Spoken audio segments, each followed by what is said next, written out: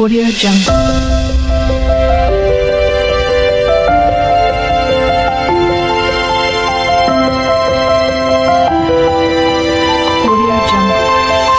সুপ্রিয় শিক্ষার্থীরা, তোমাদের সকলকে আজকের এই ভিডিওতে সুস্বাগতম জানাচ্ছি।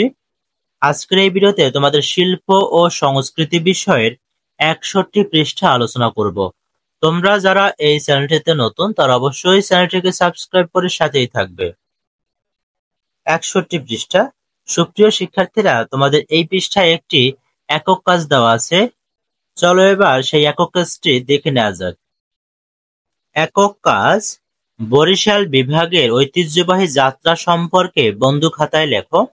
নমুনা উত্তর: বাংলা লোকনাট্যের অন্যতম জনপ্রিয় সাংস্কৃতিক ধারার নাম হলো যাত্রা। যাত্রা অর্থ গমন।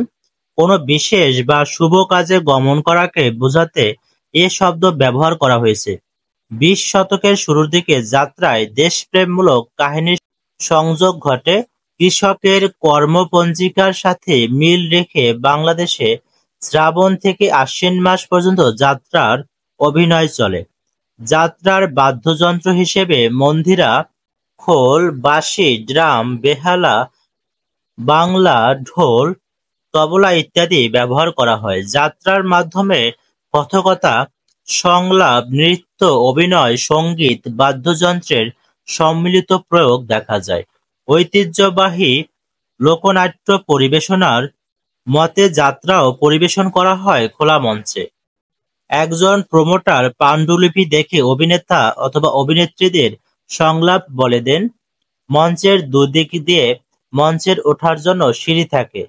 বাদ্যযন্ত্র নিয়ে যন্ত্রীগণ মঞ্চের বাইরে বসেন। সুপ্রিয় শিক্ষার্থীরা, আজকের ভিডিওটি এ পর্যন্তই। তোমাদের যদি ভিডিওটি ভালো লাগে তো অবশ্যই চ্যানেলটিকে সাবস্ক্রাইব করে সাথেই থাকবে। আর ভিডিওটি শেষ পর্যন্ত দেখার জন্য তোমাদেরকে অসংখ্য ধন্যবাদ।